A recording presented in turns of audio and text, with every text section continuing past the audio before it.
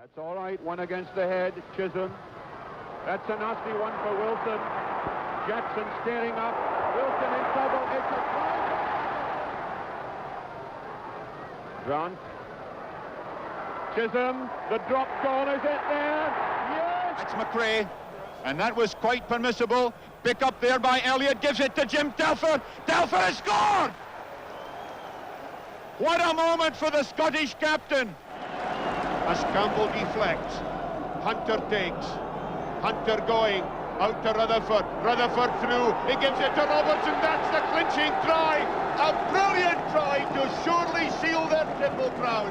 Keith Robertson the scorer, and Scotland... Well, obviously, I'm very proud to be a Melrose boy.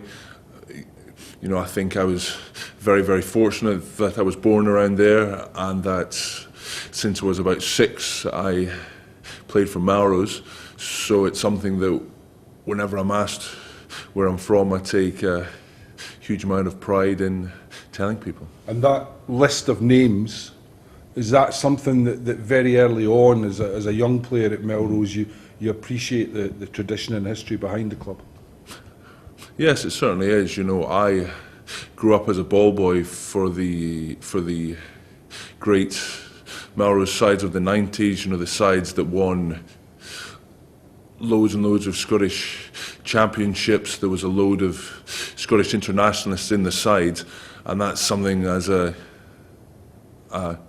young man that was very inspiring. What did you learn at Melrose that's kind of helped you in your career, and you know, your career captain in Scotland, and the amount of caps you've had? What did you learn at that club? The main thing that I learned was there's no substitute for hard work. I think when you look at the list of names of Melrose internationalists, you know, I think to a man they were all known as guys that would work very, very hard, and so that's what I always wanted to do, and I always wanted to maximise any small amount of talent that I may have had. If there was 2 key things that you would take out of this tournament as a whole squad, you know, the experiences that you've had, not all of them good, yeah. What would you say those 2 things are looking to the future? I think the 2 main things are, one, the number of young guys that have come in and that have experienced international rugby, and that have learnt a lot of lessons.